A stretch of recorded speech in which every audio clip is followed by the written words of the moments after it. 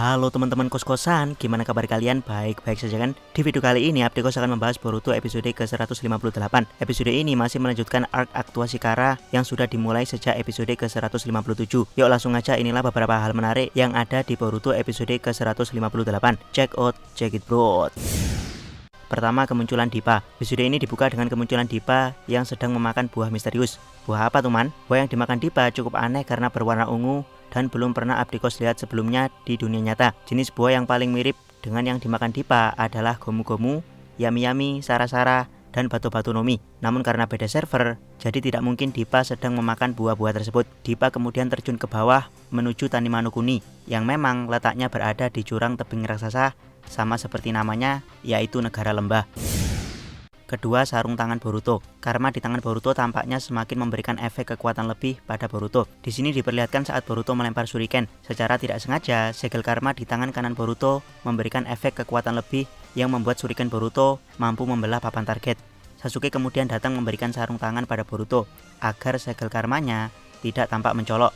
Boruto sempat bertanya pada Sasuke mengenai misi pencarian Kara di Amigakure. Namun Sasuke mengingatkan kalau Boruto tidak perlu terburu-buru, dia perlu banyak latihan dan juga pengalaman dari menjalankan misi. Saat ini Boruto cukup fokus pada menjalankan misi-misi yang diberikan kepadanya saja. Ketiga, misi pencarian orang hilang.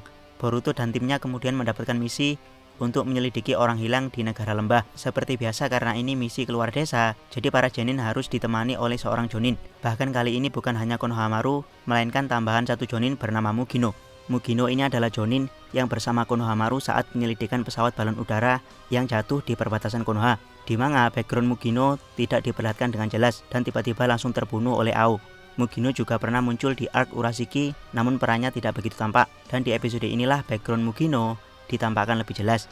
Yap, Mugino ini adalah seorang Jonin yang pernah ditugaskan untuk misi yang sangat lama di daerah konflik. Jadi Mugino ini seperti tentara Amerika yang ditugaskan untuk misi perdamaian PBB yang tidak akan pulang dalam waktu bertahun-tahun. Dalam perjalanan ke desa lembah, Mugino membicarakan kalau konflik di dunia sebenarnya tidak benar-benar berakhir setelah Perang Dunia Ninja keempat. 5 negara besar boleh saja telah berdamai, namun konflik-konflik di negara kecil justru makin intens karena tidak tampak di permukaan.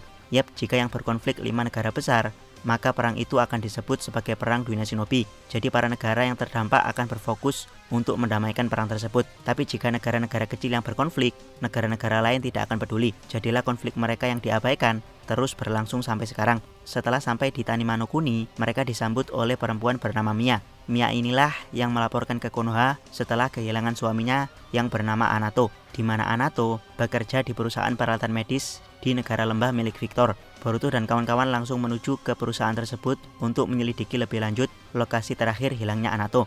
Namun pihak perusahaan menyembunyikan data tersebut. Akhirnya dengan sembunyi-sembunyi, Mitsuki menyusupkan ularnya untuk melihat peta tempat para penyelidik mencari keberadaan Anato. Dari data inilah Boruto dan kawan-kawan mulai menyelidiki ke tempat tersebut. Sebelum pergi, mereka sempat diintai oleh seorang ninja misterius.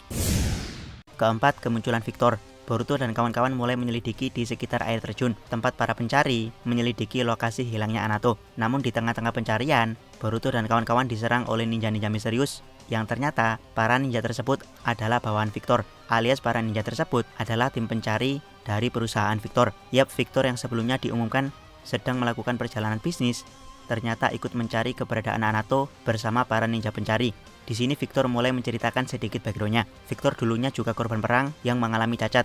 Jadi dia melihat banyak orang-orang cacat seperti dirinya yang menderita akibat peperangan. Orang-orang hebat seperti Naruto yang bisa memanfaatkan cakra, bisa menggunakan lengan palsu untuk mengatasi kecacatan akibat peperangan. Tapi tidak dengan mereka yang tidak bisa mengendalikan cakra. Disinilah perusahaan Victor ingin menciptakan metode pengobatan yang mampu menumbuhkan kembali bagian tubuh yang hilang. Yap, intinya perusahaan Victor ingin menyembuhkan orang-orang cacat akibat perang dengan menumbuhkan kembali bagian tubuh cacat mereka. Menarik sekali bukan? Kelima, Anato. Victor menjelaskan kalau tugas Anato dan timnya sebelum menghilang adalah mencari bahan-bahan untuk eksperimen menumbuhkan kembali anggota tubuh manusia. Victor dan para shinobi Konoha akhirnya bertukar informasi untuk bersama-sama mencari keberadaan Anato. Yap, di sini Victor ditampakkan sebagai karakter yang baik. Namun meski begitu, Mugino yang lama berada di daerah konflik mengingatkan agar terus waspada pada semua orang. Saat Boruto dan kawan-kawan mencari di sebuah gua inilah, Boruto menemukan sebuah akar-akar tumbuhan yang tampaknya habis tumbuh dengan sangat cepat. Boruto dan kawan-kawan kemudian menyelidiki lebih jauh akar-akar tersebut dan akhirnya mereka menemukan Anato yang sedang dalam keadaan kurang sehat. Yang mengejutkan, Anato yang sedang dalam keadaan aneh tiba-tiba menyerang Boruto dan kawan-kawan dengan tangan yang memanjang. Ini mengingatkan kita dengan kekuatan modifikasi tubuh milik Kawaki dan Delta. Inilah menariknya anime Boruto, di mana kita hanya diperlihatkan para anggota Kara punya kemampuan untuk regenerasi dan juga memodifikasi bagian tubuhnya. Tapi kita tidak tahu bagaimana cara mereka mendapatkan kemampuan tersebut. Kemungkinan di arc aktuasi Kara inilah akan dibahas lebih jauh bagaimana kemampuan ini tercipta. Di preview Boruto episode ke-159, sepertinya akan terjadi pertempuran antara Anato melawan Boruto dan kawan-kawan, termasuk ditampakkan flashback Anato dan Victor. Mitsuki terkejut dengan sesuatu pada dirinya, dan terakhir, sosok wanita misterius yang sepertinya dia adalah Dippa yang sedang menyamar. Meskipun tidak ada simbol angka Romawi 7 khas Dippa, tapi entah kenapa Abdiko sangat yakin kalau sosok ini adalah Dippa. Menarik sekali untuk kita nantikan di Boruto episode ke-159 minggu depan. Jangan lupa subscribe channel Abdikos dan jangan lupa share video ini. Abdiko salam Mi.